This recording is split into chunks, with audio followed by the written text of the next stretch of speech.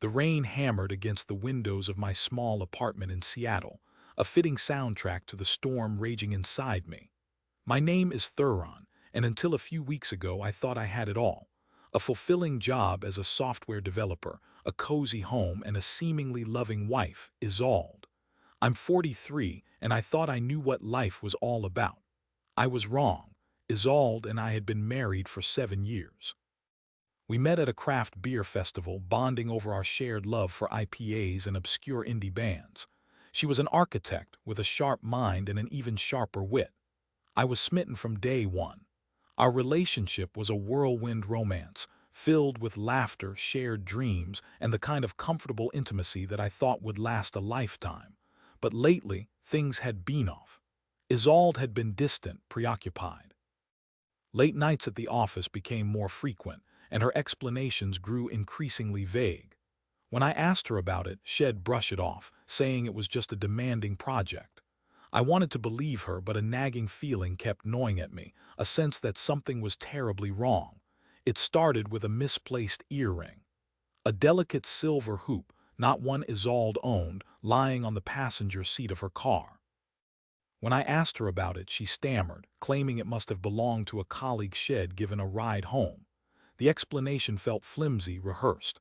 I tried to shake it off, attributing it to my own insecurities, but the seed of doubt had been planted. Then came the text messages. Isolde had left her phone on the kitchen counter, and as I reached for it to check the time, a notification popped up. "Can't wait to see you tonight. Wear that dress I love." The message was from an unknown number. My heart pounded in my chest as I unlocked her phone, a wave of guilt washing over me even as I justified my actions. I had to know the truth. The messages were sickeningly sweet, filled with longing and innuendo. They painted a picture of a passionate affair, a secret world Isolde had been carefully hiding from me.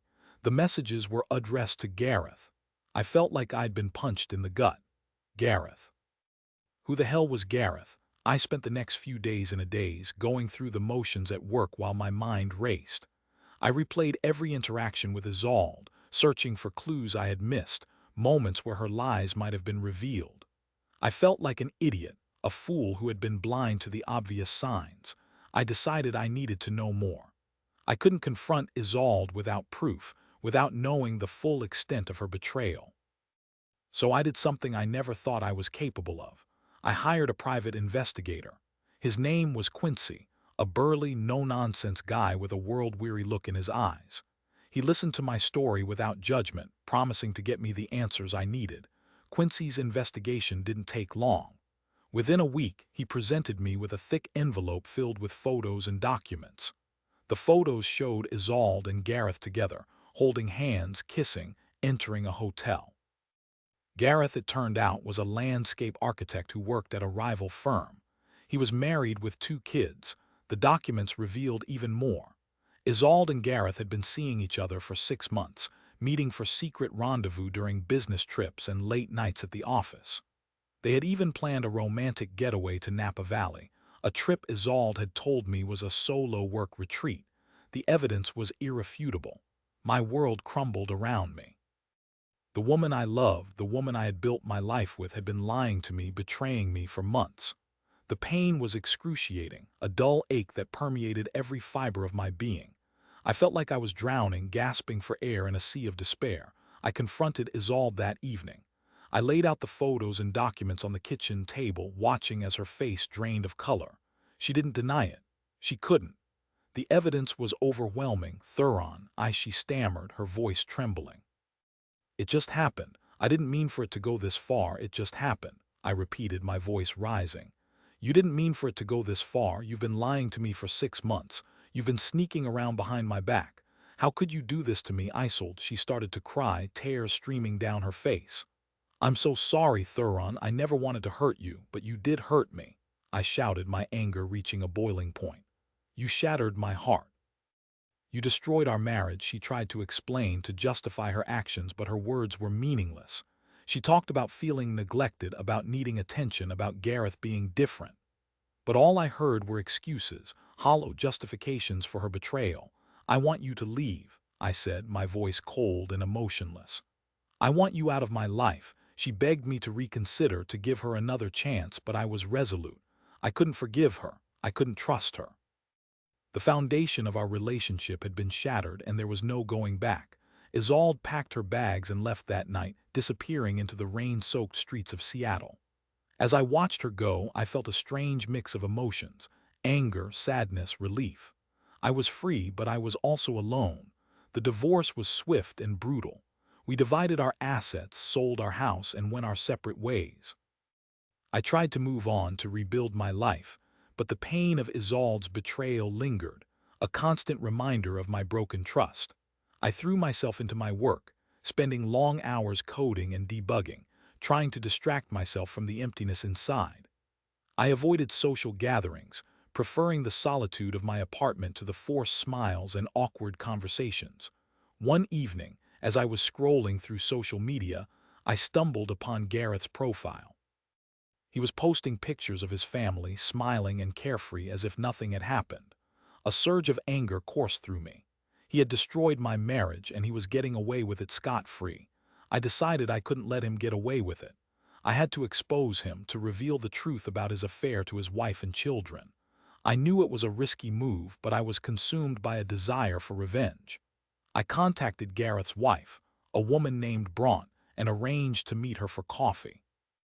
I showed her the photos and documents Quincy had provided, watching as her face registered shock, disbelief, and then, finally, heartbreak.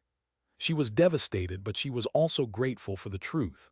Bront confronted Gareth, and their marriage imploded. He lost his job, his reputation, and his family.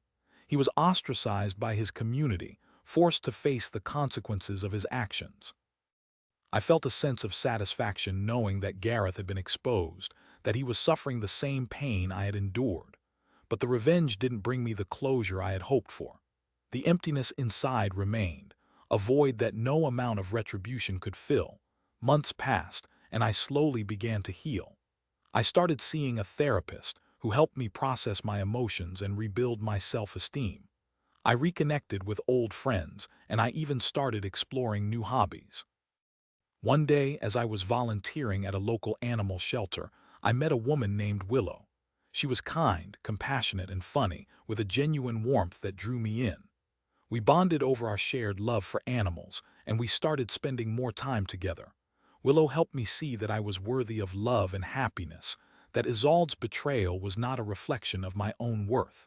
She encouraged me to open my heart again, to take a chance on love. It wasn't easy. The scars of my past still lingered, and I was afraid of being hurt again. But Willow was patient and understanding, and she slowly chipped away at my defenses. Eventually, I realized that I was falling in love with her. She was everything Isolde wasn't: honest, loyal, and genuine. She made me feel safe, secure, and loved. I knew that I couldn't let my past define my future. I had to move on, to embrace the possibility of a new beginning. I asked Willow to marry me, and she said yes. We had a small, intimate wedding surrounded by our closest friends and family.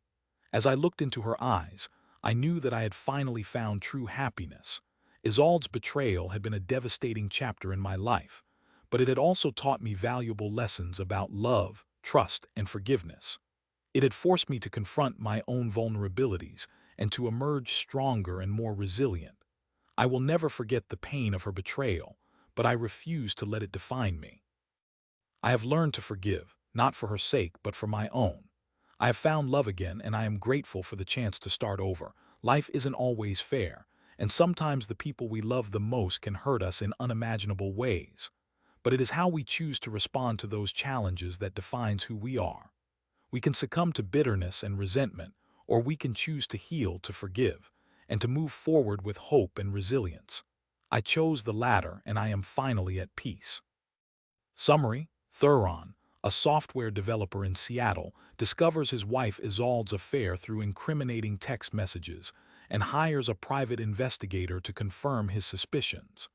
The evidence is undeniable, leading to a painful confrontation and a divorce.